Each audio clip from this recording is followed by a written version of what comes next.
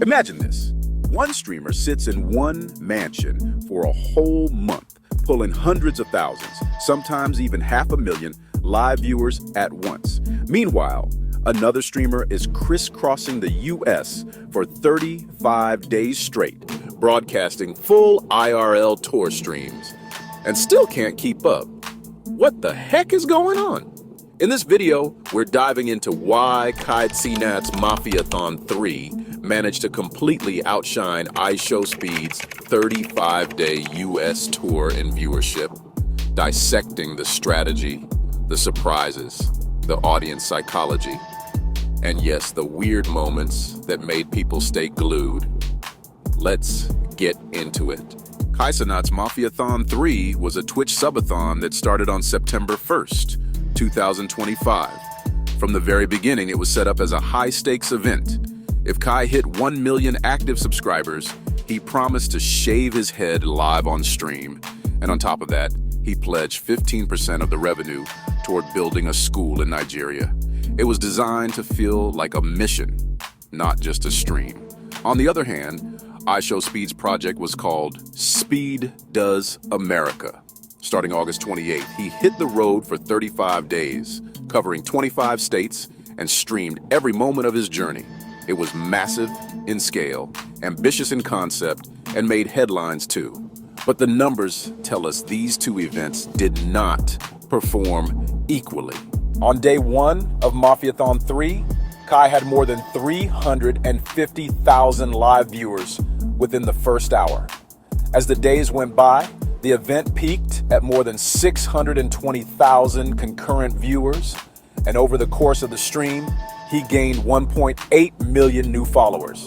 Some of his longer streams averaged over 260,000 live viewers consistently.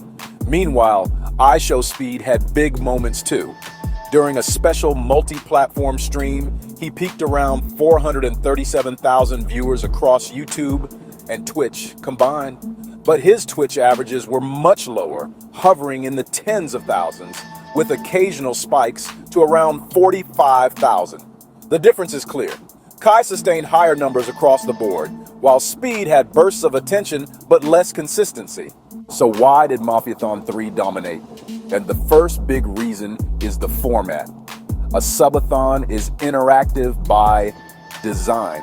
The longer fans support, the longer the stream continues. The more people subscribe, the more chaos gets unlocked. It's a constant feedback loop that makes viewers feel like they are controlling the story. Speed's tour, while entertaining, didn't have that same mechanic. There was no subathon timer. There wasn't that feeling that your support could completely change the direction of the content. The second reason is star power and surprise appearances. Kai had an insane lineup of guests. Kim Kardashian popped up. Mariah Carey revealed her new album cover live on his stream. Lizzo gave an emotional, motivational speech. Even Ray J jumped into the shower on camera in nothing but a Speedo. Every day something unpredictable happened, and those moments exploded on social media. Speed's tour was full of fan meetups and travel highlights, but the surprise factor just wasn't on the same level. Third is the narrative. Mafiathon 3 felt like an event with a story arc. Each day carried tension. Would the sub count rise? Would Kai actually shave his head? Who might show up at the mansion? It wasn't just Kai streams. It was a saga with cliffhangers and escalating drama. Speed's tour, while exciting at first, often boiled down to new city, new stream, eat, walk, travel, repeat. Without strong narrative arcs, it was harder to keep people coming back every single day.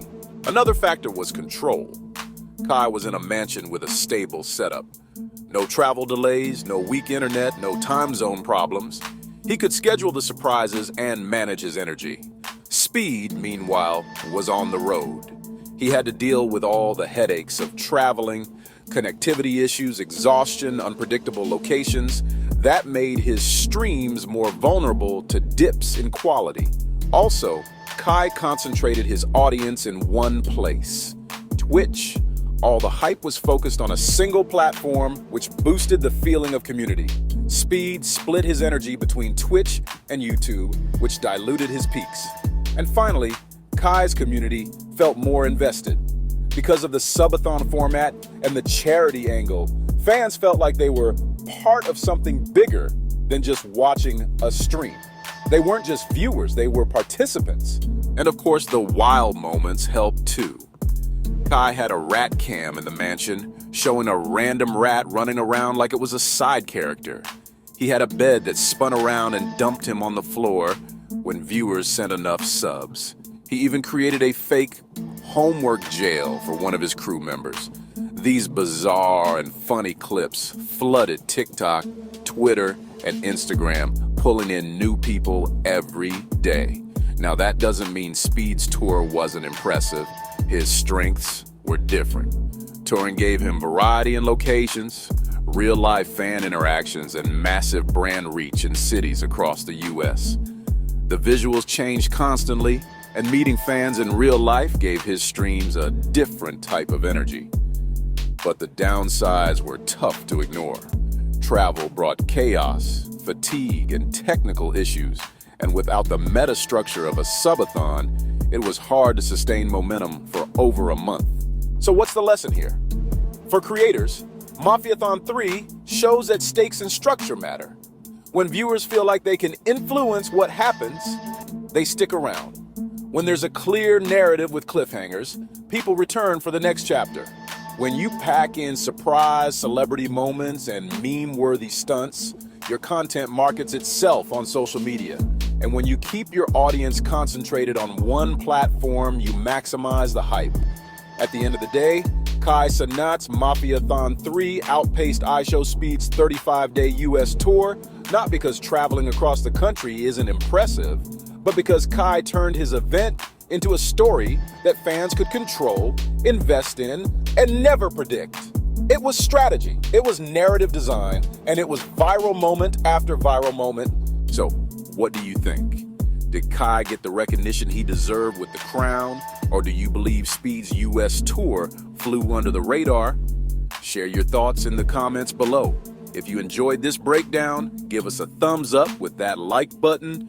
Don't forget to subscribe and hit the notification bell so you don't miss our next video. We're diving deep into the world of streaming wars and creator culture, and you won't want to miss it.